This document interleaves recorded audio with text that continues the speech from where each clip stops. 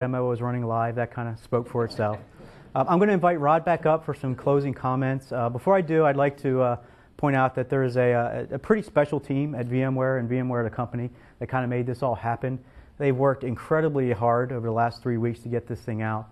And we really feel that we're trying to really push into the ecosystem something that could be considered a game changer. And we're hoping that everyone kind of joins us. And Rod's going to talk about that in terms of the open source play to make this a success for everybody. Thank you. Rod?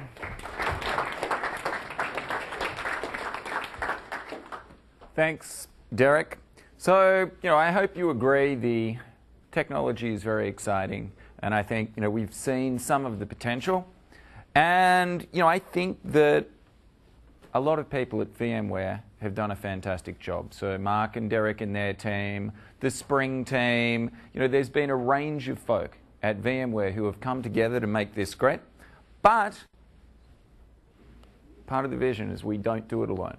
That this is a community initiative, this is a new open source initiative, and obviously many people who may be in this room, on this webinar, somewhere else, will play a role in that community. And we embrace that and welcome that.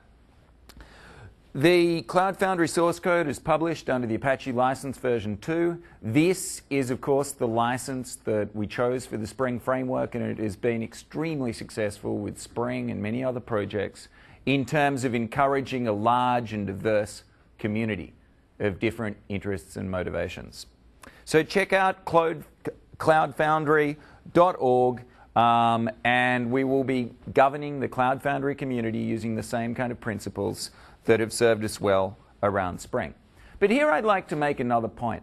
It's not just about Cloud Foundry and Spring. VMware is a company that is becoming increasingly focused on developers.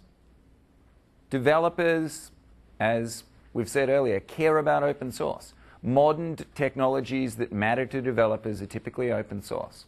And this is one of the reasons that VMware is becoming a company that's making a large and growing commitment to open source.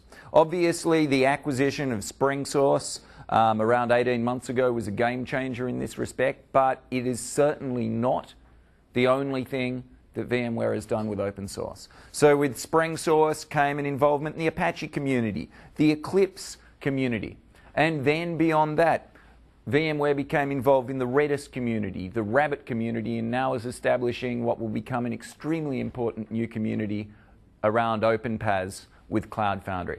So, I think that we should take a moment to reflect on this because it truly is an important move, I think, for developers in general and for VMware as a company.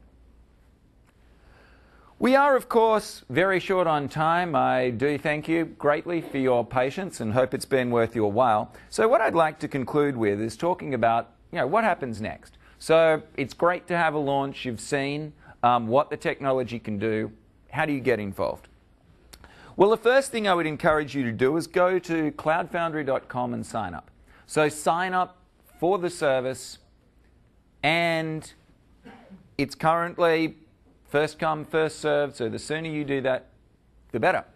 When you sign up, you can not only try the service and start deploying your applications much quicker than you would have expected, but you also will get notification when the microcloud technology is available. And I think that's going to be really interesting to many organizations and developers.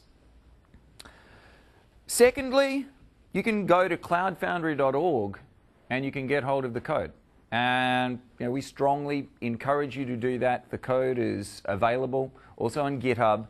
It's an important element of this, the open source community that hopefully you will help us build. The service at this point is in beta. It is completely free during the beta period. When it goes to GA, we anticipate that there will be a free service and also a for-pay service. So thank you very much for your time today. Really appreciate it. Really appreciate the support of the partners and other folks in the room here. I must say that the kind of energy in this room has made me feel very hot because they put the mic on my jacket. But We're going to wind up the webinar now, but for those of you who are in the room, if you have any questions, please feel free. Thank you.